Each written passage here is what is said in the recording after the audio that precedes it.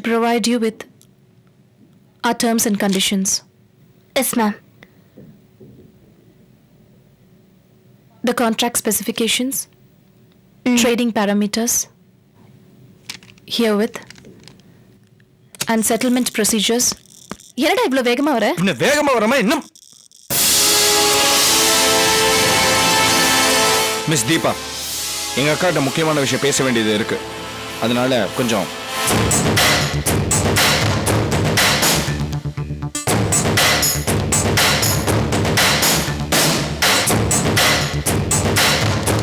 தீபா இருங்க.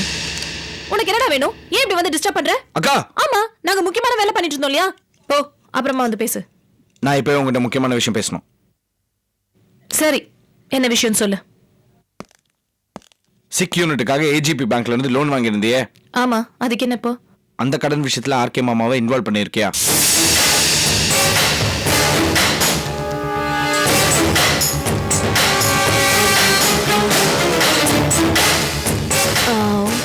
மேடம், நான் போயிட்டு அப்புறம் வரட்டுமா? வேண்டாம் மிஸ் தீபா, இது ஆஃபிஷியல் விஷயம் தான். இங்கே இருங்க. சொல்லு. ஆபீஸ்ல 1000 விஷயம் நடக்கும் ஷாம். இது யார் உன்கிட்ட சொன்னது? சொன்னால விடு. நீ இந்த விஷயத்தை கிட்ட சொல்ல. வழியில அர்ஜுனை சண்டை பிடிச்சு கேட்கறேன்க்கா. இது மட்டும் பொய்ன்னு சொல்ல அவனை உண்டில நாக்கிறேன். உண்மையா இருந்தா என்னடா பண்ணுவ? அக்கா, டேய், ஒரு செக்யூரிட்டி இம்ப்ரூவ் பண்றதுக்கு ஆர்கே தான் அந்த பேங்க்ல இருந்து லோன் வாங்கினாரு. அது உன்னால நடத்த முடிச்சுதா? அவர் தான் கேரண்டி கையெழுத்து போட்டாரு. இதெல்லாம் லீகல் சமாச்சாரம். அவரோட சொத்தை மட்டும் தான் அவர் நமக்கு எழுதி கொடுத்திருக்காரு, கடனை இல்ல. அது அவரோட தப்பு.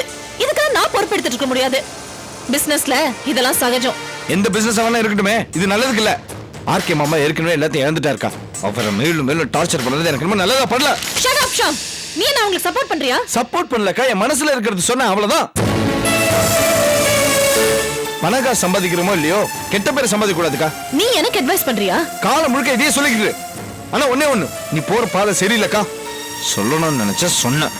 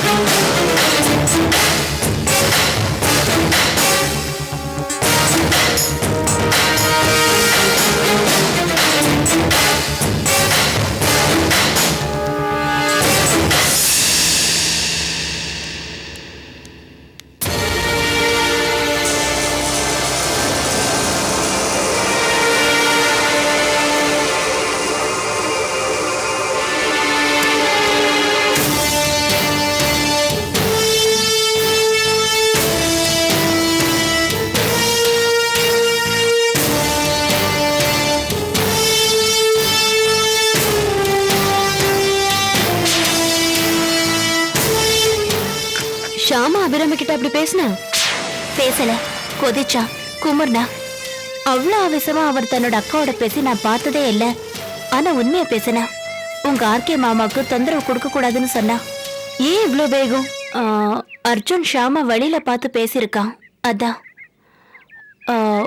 ஆக்சுவலா அந்த power of attorney, bank loan, இந்த பர்டிகுலர்ஸ் எதுவுமே ஷாமுக்கு தெரியாது. அப்படியா? ஆமா. அபிராமி ஷாமுக்கு தெரியாம எப்போ பேங்க்ல இருந்து பணம் எடுத்தாங்களோ அந்த நேரத்துல இருந்து பல விஷயங்களை அவங்க கிட்ட மறைக்க ஆரம்பிச்சிட்டாங்க. அதுவே அவருக்கு பாதி கோவம். நீ சொல்றத பார்த்தா ஷாம் கொஞ்சம் நியாயம் தெரிஞ்சவன் போல இருக்கு. ஆமா, சின்ன சின்ன பிரச்சனைகள் அப்பப்போ அபிராமிக்கும் ஷாமுக்கும் நடுவுல வெடிக்கும். ஷாம் டைரக்டாவே அபிராமிய பார்த்து கோவப்படுவான். அப்பப்போ அபிராமியோட கேபின்ல இருந்து திரும்பி வர ஷாம் ரியாக்ஷன்ஸை நான் கவனிச்சிருக்கேன். பல நேரம் அவன் டென்ஷனாவே இருந்திருக்கான். அப்போ அபிராமிக்கும் ஷாமுக்கும் இடையில ஒரு புகைச்சல் இருக்குன்னு நினைக்கிறேன். ஒருவேளை அவ அபிராமி செய்யறது தவறுன்னு சுட்டி காட்டியிருக்கலாம். அப்படித்தான் நானும் நினைக்கிறேன்.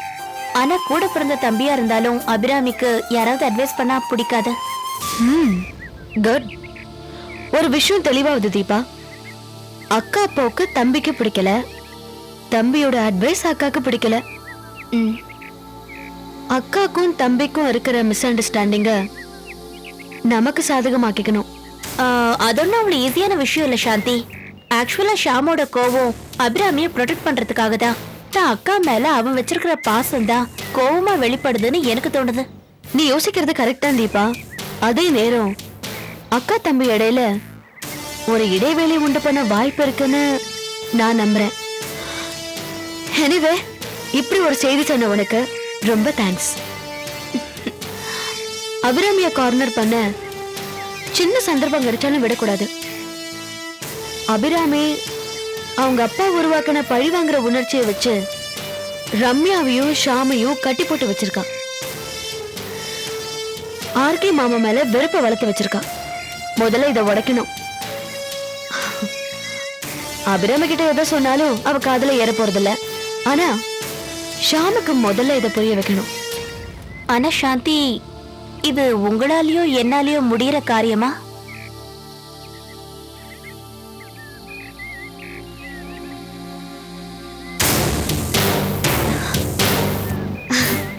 முடியும் தீபா, அவரால முடியும் தீபா. யாரும் தவிர மாமா மேல அபிராமி சுமத்து இருக்கிற கடன் பிரச்சனைக்கும் ஷாமுக்கு உண்மையை புரிய வைக்கிறதுக்கும் பாலமா ஒருத்தர் இருக்காரு. முதல்ல அவர்கிட்ட பேசுறேன். பேசின பிறகு உனக்கே எல்லாம் புரியும்.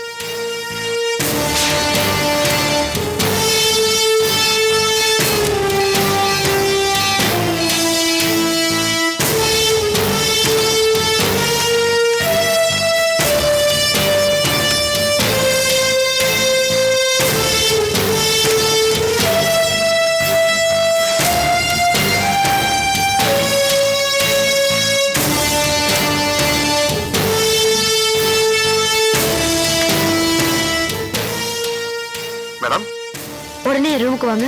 Okay madam.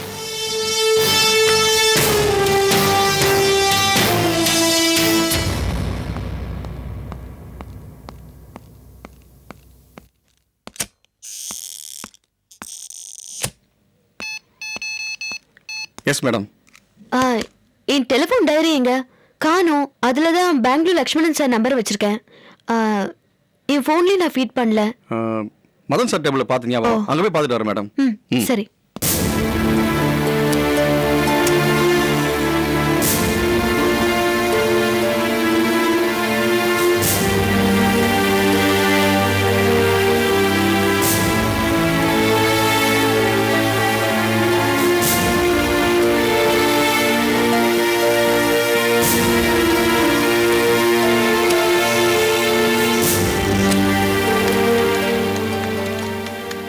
Madan sir table தான் இருந்தது. தேங்க்யூ. நீங்க வேலையை பாருங்க. Okay madam.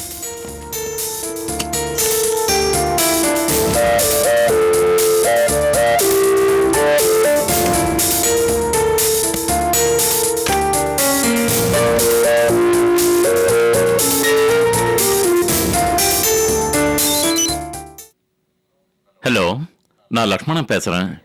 வணக்கம் சார், நான் சாந்தி பேசுறேன். சாந்தி? ஆமா சார், ஆர்கே சாரோட மருமக. உங்க ஆசிரமத்துக்கு வந்திருந்தேன், மறந்துட்டீங்கன்னு நினைக்கிறேன்.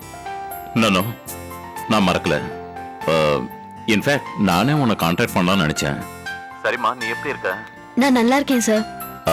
ஆர்கே சார் எப்படி இருக்காரு? அவரை பத்தி பேசதான் ஃபோன் பண்ணேன். என்ன விஷயமா சொல்லு. சொல்றேன் சார். எங்க மாமாவை நல்லபடி கவனிச்சு அமைச்சிருக்கீங்க. நன்றி சொல்லதான். அது மட்டும் இல்ல, இங்க அவரை நிம்மதியா வாழவே விடாம அபிராமி ரொம்ப டார்ச்சர் பண்றா. அத பத்தி சொல்லதான் உங்களுக்கு ஃபோன் பண்ணேன். அப்படியா? அபிராமி என்ன பண்றாமா?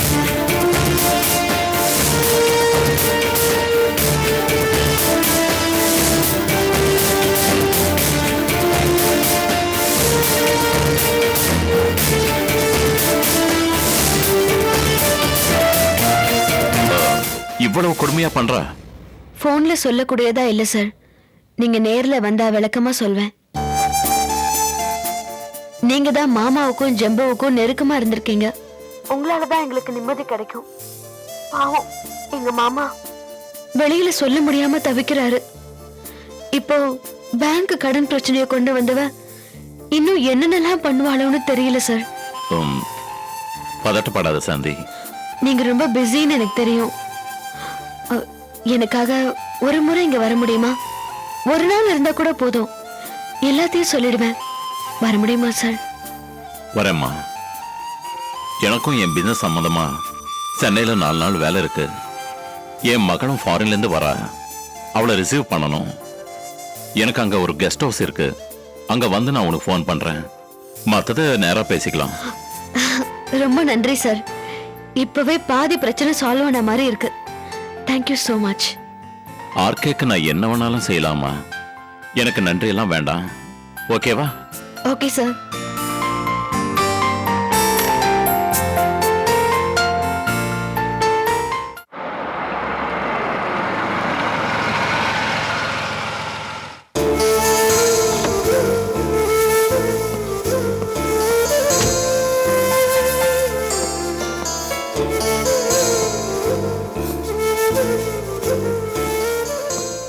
ஹாய் ஷாமனா. ஆ உட்காரு. என்னங்க? என்ன ரம்யா? ஷாமனா வந்திருக்கான் பாருங்க. இந்த வந்துடுறேன். ரம்யா கொஞ்சம் தண்ணி.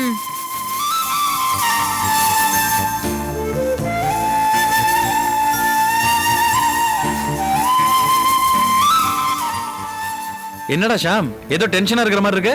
ஒன்றும் இல்லை கௌதம், ஒன்றும் இல்லை.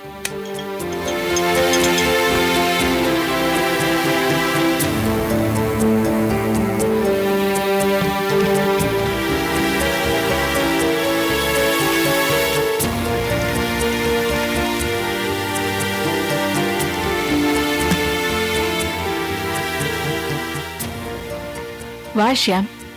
என்ன தம்பியை சுத்தி எல்லாரும் நின்றுட்டு இருக்கீங்க? சௌக்கியம் தானேப்பா? ஆ நல்லா இருக்கு ஆண்டி. கல்யாண சாப்பாடு எப்ப போட போறீங்க? ஆமா ஆண்டி, அது ஒண்ணுதான் எனக்கு குறைச்சல். டே ஷாம், என்னடா ஆச்சு உனக்கு? ஏன் இவ்வளவு விரக்தியா பேசுற? எனக்குன்னு யார் இருக்கா? என் அக்கா தங்கச்சி, இப்போ என் தங்கச்சி குடும்பம். அதான் மனசுல இருக்கிறத கொட்டணும்னு வந்திருக்கேன். சரி, இது உங்க குடும்ப விஷயம். நீங்க பேசிட்டு இருங்க, நான் போய் காஃபி போட்டு கொண்டு வரேன். சரிப்பா, அண்ணனும் தங்கச்சியும் ஏதாவது பர்சனலா பேசிட்டு இருப்பீங்க. நான் அப்படியே கிளம்புறேன். நீங்க இருங்க, உங்களுக்கு தெரியாது என்ன? இருங்க. ஷாமனா, என்னாச்சு? என்ன ப்ராப்ளம்? என்ன ஆபீஸ்ல அக்கா கண்ணப்பண்ண திட்டா. எதுக்காக? இப்பெல்லாம் அடிக்கடி டென்ஷன் ஆகுறாங்க, அடிக்கடி கோவப்படுறாங்க. எல்லாத்துக்கும் நான் தான் கிடைச்சனா? வர வர அக்காவை பார்க்கவே பிடிக்கல ரம்யா. டே ஷாம், அப்படிலாம் சொல்லாதடா. கௌதம், உனக்கு எதுவுமே தெரியாது கௌதம். அக்கா இப்பெல்லாம் எனக்கும் ரம்யாக்கும் தெரியாம எவ்வளவு விஷயம் பண்ண ஆரம்பிச்சிட்டாங்க. ஆர்கே மாமா அக்காவுக்கு பவர் ஆஃப் அட்டர்னி கொடுத்ததுக்கு அப்புறம் எவ்வளோ பேங்க்ல கடன், அந்த ரெஸ்பான்சிபிலிட்டி அத்தனையும் தூக்கி ஆர்கே மாமா மேல போட்டாங்க. இப்போ கோர்ட் மூலியமா பேங்க் ஆக்ஷன் எடுக்குது, தெரியுமா உனக்கு? இத பத்தி நான் கேள்விப்பட்டு அக்கா கிட்ட கேட்டபோது அவங்க பண்றதெல்லாம் கரெக்ட்ன்ற மாதிரி தான் அவங்க பேசுறாங்க. அவங்க தப்ப அவங்க என்னைக்கு ஒத்துக்கிட்டு இருக்காங்க? அர்ஜுன் என்ன கண்ணா அப்படின்னு கேள்வி கேட்கறான். ஆர்கே மாமா சொத்தை ஏற்கனவே அழிச்சிட்டீங்க, இன்னும் ஏன்டா திரும்பி திரும்பி தொந்தரவு பண்ணீங்கன்னு கேள்வி மேல கேள்வி கேட்கறான் ரம்யா. எனக்கு அப்படியே அவமானமா இருக்கு. இல்ல ரம்யா, அக்கா சரியில்லை. அதான் சொத்தெல்லாம் எழுதி வாங்கியாச்சுல, சும்மா இருக்க வேண்டியதுதானே. அக்கா பிஹேவியர் சரியில்லை. டேய் டேய், உங்க அக்கா தப்பு பண்ணா அதுக்கு நீ என்னடா பண்ணுவ? உனக்கு தெரியாம என்ன இருக்குன்னு கேக்குறாங்க. அது மட்டுமா, அக்காவை சபிக்கிறான்.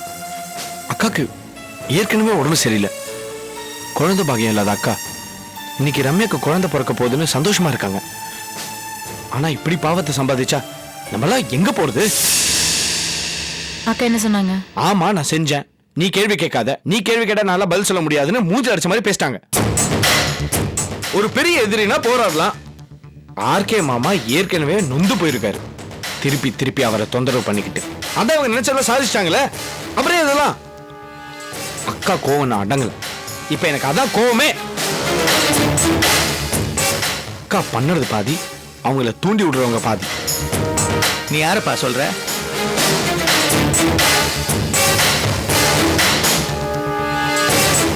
இது பார் ஷாம், இது உன் தங்கச்சி வாழற வீடுதான், இல்லைன்னு சொல்ல. ஆனா இது உன் வீடு இல்ல, அத மறந்துடாத. என்ன குரல்லாம் ரொம்ப தூக்குது, என்ன விஷயம்? நானும் என் தங்கச்சி பேசிட்டு இருந்தோம். ஏன் அண்ணனும் தங்கச்சி பேசக்கூடாதா? நான் தான் உங்களை பத்தி பேசல. அண்ணனும் தங்கச்சியும் தாராளமா பேசலாம், நான் கூடாதுன்னு சொல்ல. ஆனா இங்க இல்ல, வெளியே போ, ஏதோ ஒரு ஹோட்டலுக்கு போ, ரெஸ்டாரண்ட்டுக்கு போ, பாசமலர் மாதிரி பேசுங்க. நான் வேணான்னு சொல்ல. இது பார், உங்க வீட்டுக்கு கூட்டு போ, அங்க உங்க வீட்டு விஷயத்த பேசிக்கங்க. நான் வேணான்னு சொல்ல. என் வீட்டுல நடுக்கூடத்துல பேசுறது தப்பு. வீட்டுல எவ்வளவு ரூம் இருக்கு, அதுல ஏதாவது ஒண்ணுல போய் பேசிக்கோ, அது கூட ஓகே. பேசும் பொழுது இடம் பொருள் ஏவல் தேவை. பொருளும் தப்பு. என் மகன் முன்னாடி ஏன் சம்பந்திய நீ உன் தங்கச்சி கிட்ட தப்பா பேசுறது என்ன பொறுத்த வரைக்கும் தப்பு. ஏதோ அபிராமிக்கு ஒன்னும் தெரியாத மாதிரி அவ பின்னாடி யாரோ நின்னு எல்லாத்தையும் தூண்டி விடுற மாதிரி இல்ல சொல்லிக்கிட்டு இருக்க. இதெல்லாம் நல்லது இல்ல. நான் யாரையோ சொன்னா உங்களுக்கே கோவம் வருது? ஏன் நான் உங்க பேரை சொன்னேன்னா? ஓஹோ, அந்த அளவுக்கு துளிர் விட்டு போச்சா உனக்கு? ஏண்டா ஸ்ரீனிவாசன் என்ன பேர் சொல்லி கூப்பிடுவியாடா? மாமா கூப்பிட எனக்கு நீங்க கொஞ்சம் கேளுங்க. படிச்சவனாடா நீ? கொஞ்சம் கொஞ்சம் மரியாதையா பேசு. ஏய், சீ. சொந்த அக்காக்கே மரியாதை கொடுக்காத உனக்கு நான் என்ன மரியாதை கொடுக்கணும்?